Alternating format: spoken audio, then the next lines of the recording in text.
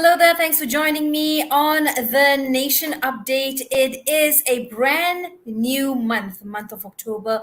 Lots to look forward to in terms of phase 3, phase 4, the opening up of the economy, and more SOP relaxations as well. But today's edition will not be complete if I don't bring in my partner in crime, and that is Nordin, Abdullah, crisis management analyst, and of course, expert, always weighing in from a crisis perspective as well. Nordin, how are you? I mean, brand new month. Are you excited or what?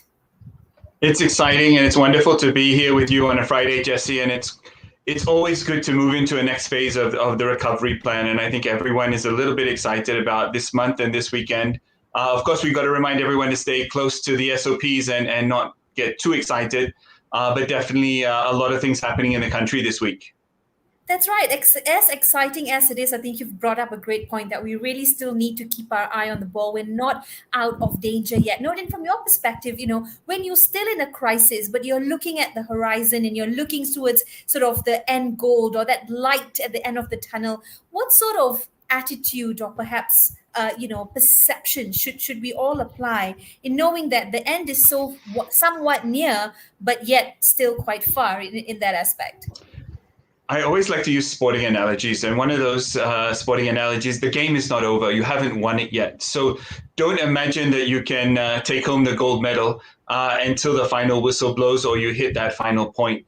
So with that in mind, you've got to stay focused. You've got to stay, you cannot relax. COVID-19 doesn't relax. And if you do relax, it's easy to slip back. And that's one thing. While the government is looking to continually move forward, it's very easy. And we've seen all over the world, different countries who have had to go back into further lockdowns because SOPs weren't followed, because the virus got out of hand again. Hopefully right. So now with the level... can happen at any time. We still need to have our guards up. And speaking of guards, have you got your vaccination? That's the question everyone's asking each other when we, meet and greet each other these days as well. It is your suit of armor. So if you have not got vaccinated, please go out and seek getting inoculated. You can do that very easily on the My Sejahtera app as well. In fact, if you have dependents, you can put them on that app as well. So seamless and easy. But let's talk about what's been happening all week, Nordin. Of course, the topic of the 12th Malaysia plan, that's been on the lips of Malaysians and also, making headlines as well. We've spoken about it quite extensively so far. But let's look at the first thing on the list, so to say, and that is the concept of Keluarga Malaysia. The Prime Minister has brought this concept forward, and he says also emphasis and priority on restructuring the economy. The words being used here are regenerate and reinvigorate our national economic growth. At this juncture, though, when there's so many other sort of pressing issues as well that we need to address, how do you think the 12th Malaysia plan really fits in the bigger picture, Nordin?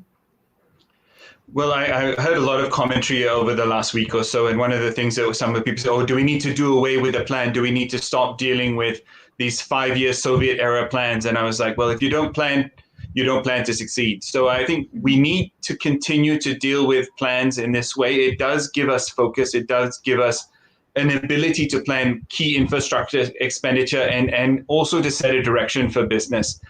But the one thing I love about this plan is this word Keluarga Malaysia. And for me, crisis management, especially when you're dealing with large-scale crises, is about community response. And families, keluarga, is the key building block of a community. So if you want to come out of a crisis in a resilient manner, looking at that next horizon, you have to come out with a community approach. So that, I think, is a very important step. And more importantly, it's an empathetic plan. It's not just a top-down approach. It's like everyone has to get this job done. That's right. But when I spoke to a few economists and analysts this week as well, there were two words that were being used. One was realistic and one was ambitious. So it seems like, sort of two ends of the stick as well. But what I find interesting about the 12th MP is that it will also encompass the first half of the SPV, or the Shared Prosperity Vision, to really bring into motion and sort of, movement on the ground for the efforts of the Malaysian family. This is and will serve as the foundation to improve the well-being of the rakyat. So I like that this plan is using that as a starting point and to stem and grow from there. Yeah, if you're not ambitious, what are you doing as a leader? I mean, that's the reality. The prime minister should be ambitious. Of course, you need to be realistic coming out of a crisis. Of course, we've seen a lot of discussion around how much money needs to be spent, how much tax revenue the government needs to generate.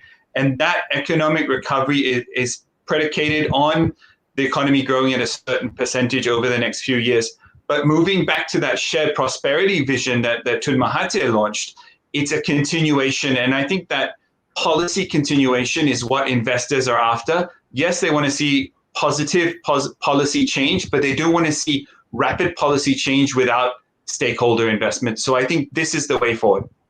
And I think also at this point, the role of the private sector is going to be sort of, imperative to be the driver of growth as well, to help all of these loose ends, so to say, when we talk about economics, that can be further strengthened with the participation and involvement of the private sector as well. Let's look at some other areas of the 12 Malaysia plan.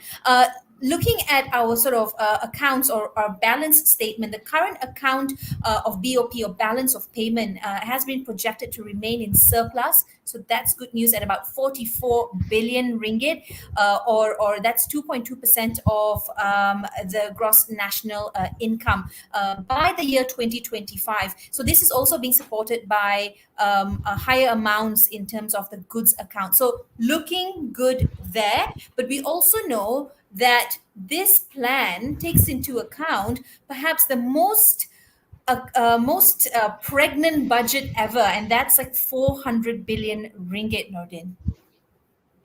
Yes, and that money needs to come from somewhere. If you can't generate it through tax revenue, you need to borrow. But if you can't get the economy moving, you can't get the economy moving. So there is a need to inject money into the system. There is a need to continue this government spending that will allow business to start again, especially at the SME level and at the entrepreneur level. That will also need, and we look at the plan, it's actually looking at changing the economy slightly and taking advantage of the actual opportunities that COVID-19 has created. And I think that is positive crisis thinking being applied here. That's right. Well, the fact is that the pandemic has impacted the global economy. So not just Malaysia, not just the region as well. And this has, resulted in the contraction of 3.2% just last year compared to 2.8 in the previous year. But obviously in the previous year, that being 2019, that was a pre-pandemic phase as well. So the government's financial position, the Prime Minister stated earlier this week, is expected to improve in the year 2023 with the strengthening of the economy, of course, after we've been hit by this pandemic for about 2 years now. So what he said this week, Nordin, was that the fiscal deficit has widened to 6.2% of GDP, while the government's debt stood at 57.9% in 2020. So taking into account of all of this and all, the aid that has gone on the ground as well, the Prime Minister is still hopeful and is still serious about the government's aim to eliminate hardcore poverty by the year 2025. So these are aggressive plans. You have to be aggressive dealing with hardcore poverty, and if the government can't eliminate it, it's going to be a crisis in the future. All of Malaysian citizens need to be removed out of hardcore poverty for economic reasons. Part of that economic reason is so that they can contribute in a more meaningful way to the economy, and that's going to help this plan as well. The other part is we're still within manageable debt levels. And if you look at different countries around the region, Malaysia is by no means the country laden with the most debt in the region as a percentage of GDP, as a percentage of national income. So the economy still remains very strong. Malaysia is an exporting country and will continue to grow exports. What we need to do is look at those industries that are going to thrive more in the future. Digital economy, healthcare exports. And one thing that we're not seeing in the current numbers is the economic activity around tourism. And once tourism starts, you'll see a huge flow of direct cash back into the economy. And I think that's going to reduce a massive issue when it comes to employment in terms of revenue also for the government and the state governments as well, which also rely heavily on tourism revenue. That's right. Well, business, economy, politics, all these play important roles as how we bounce back stronger and bigger as well. But as we talk about all these things and, the pandemic, there are many other healthcare issues as well that still need to be addressed. And right now, I want to really bring in our guest to talk a little bit about cleft lip and palate, or rather that sort of treatment here in Malaysia. Globally, we know 1 in 700 babies are born with a cleft lip or palate. Clefts can have devastating effects on the quality of life of a child. And it's important to note at this point as well that a child with a cleft requires more than just surgery. Essential care includes nutrition, dental, speech therapy, social and emotional support. Joining us for our conversation today is Encik Zainal Azhar Ahmad, chairperson of the Cleft Lip and Palate Association of Malaysia. And more importantly, he's a grandfather and also a volunteer. Encik Zainal, welcome. I'd like to introduce Nordin, of course, myself as well. It's a pleasure to speak to you. Let's talk a little bit about some of the stats that we're seeing here. In Malaysia, 800 to 1,000 births annually occur to children that are born with this condition. Mhm. That is indeed correct.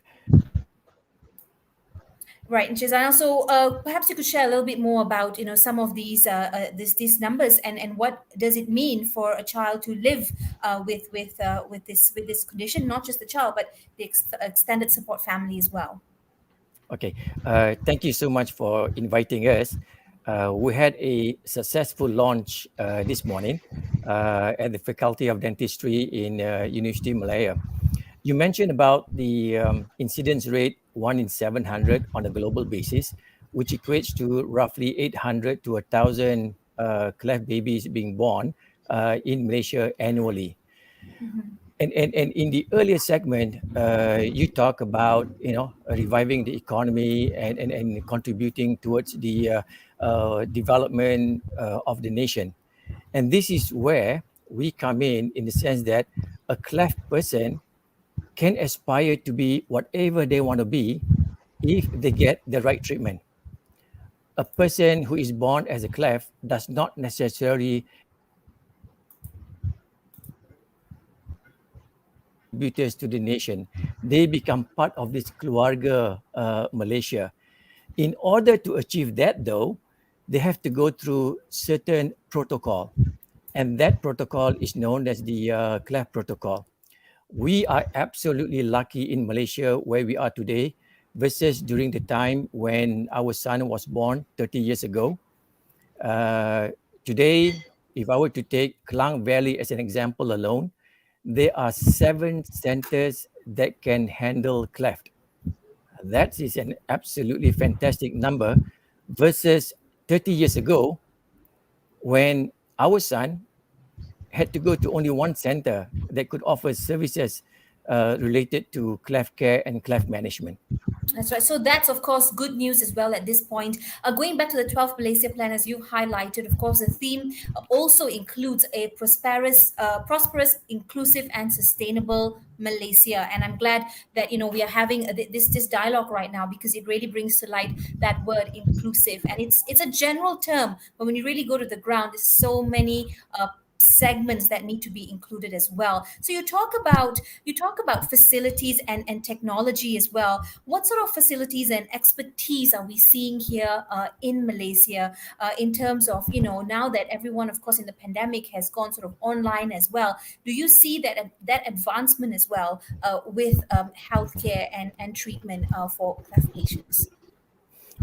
Again, if I were to compare what it was like 30 years ago versus where we are today, in terms of the number of facilities have definitely grown exponentially, and so does the number of expertise. When we talk about cleft lip and palate, you are talking about orofacial. Uh, it impacts the lip, the palate, the gums. And all of these three have got certain functions: the function of speech, the function of feeding, and in many ways, the function of hearing as well, because it's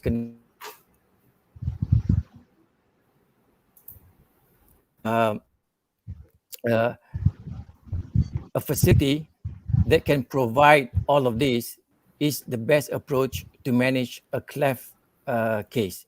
So what we have today in a lot of the centers, we have plastic surgeon, oromaxillofacial surgeon, we have ORL or ENT, we have a speech language pathologist, we have the whole spectrum of dentistry from speech dentistry, oromaxillofacial, orthodontist, and prosthodontist.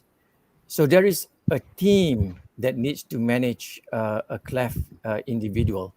And we are so fortunate in Malaysia, we have that capability. Inches, I know I wanted to ask you about how these children attend school and what is going on there with the Ministry of Education. Okay. The baby is born and identified as having a cleft, the key requirement is feeding. Without feeding, the baby cannot thrive, right? And with feeding, you can then proceed with the surgical interventions. It is the surgical intervention and the dental intervention that helps prepare the child to go to school. If the child goes to school with their cleft unrepaired, then his or her education will be compromised. And the way he or she mix with society will also be compromised because of the physical appearance. However, if all of these are done through the multidisciplinary team and done at the correct hospital, then the child will have a lot less issues to manage. Uh, when it comes specifically to the Ministry of Education, we have not done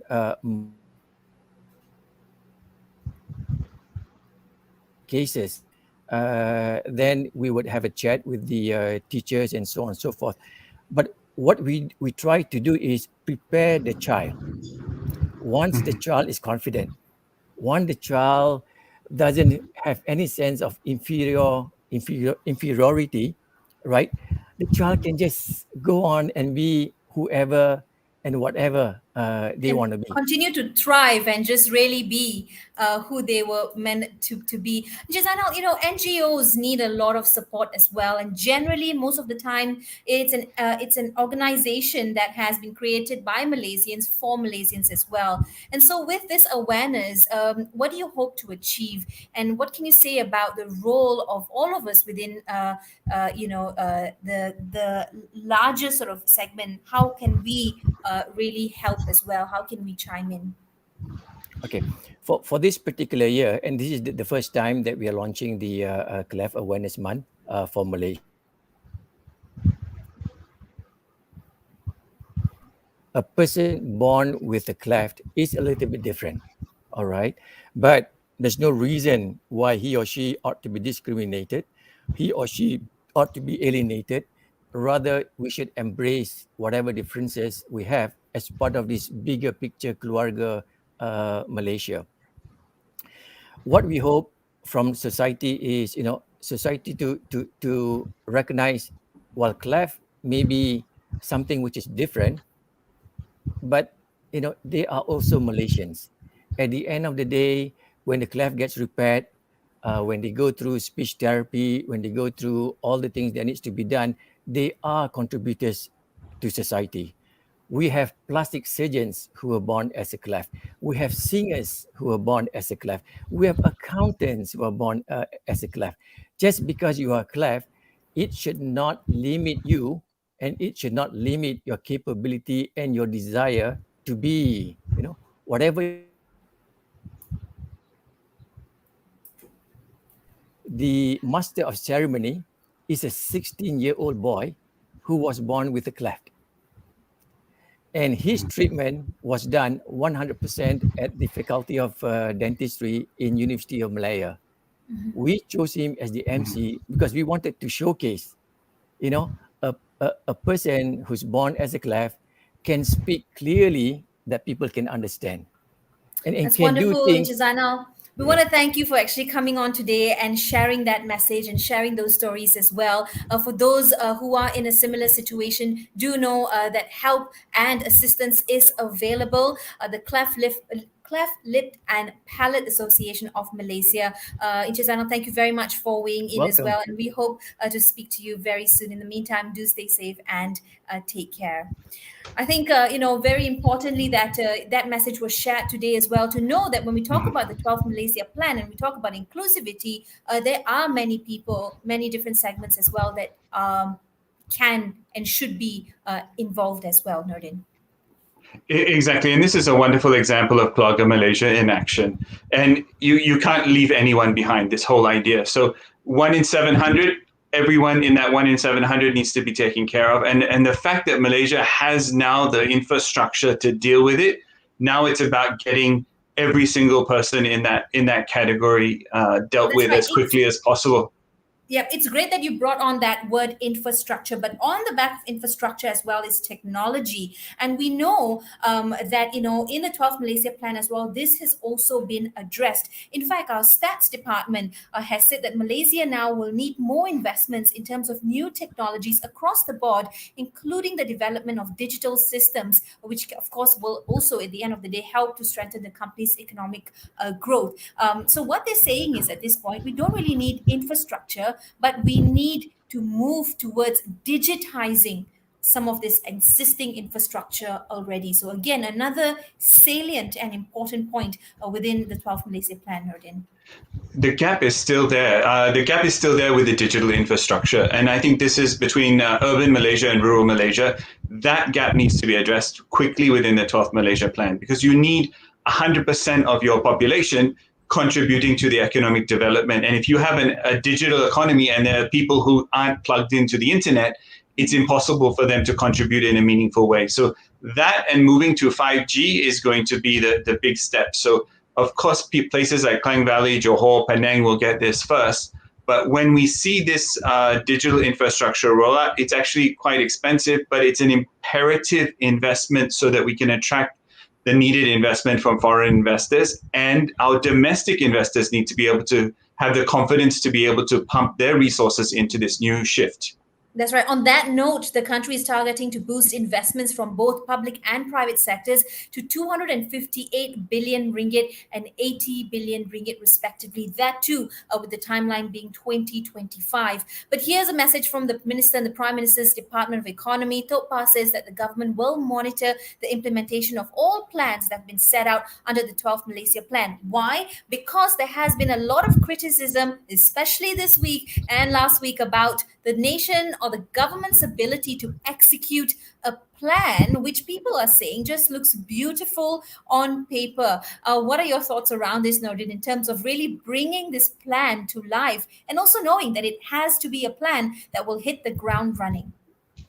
Exactly. I think first step is having a good plan. And the fact that this does look good on paper is an actual achievement and an important first step. Now it's about implementing the plan. And of course, we've got a shortened time because of COVID-19. The first couple of years of this 5 years were taken out.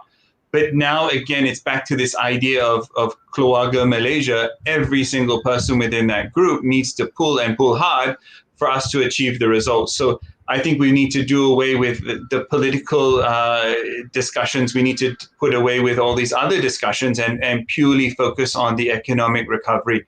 The reality is every other country in the region is moving fast and moving hard because now things have shifted. When things have shifted, there's new opportunities. And that's what this crisis that COVID-19 has created for our economy right now. That's right. On that word of moving hard and moving fast as well, Malaysia's economy is set to rebound by next year in line with the global economic recovery. This is a statement that's been released by the Finance Ministry earlier this week. And from the Home Ministry, on the other hand, the opening of borders will be decided after Malaysia moves into the endemic phase. So again, many things to look forward to in the near future. We have less than 100 days to a brand new 2022. it has been a challenging and trying year, Nordin, but kudos to all those watching as well.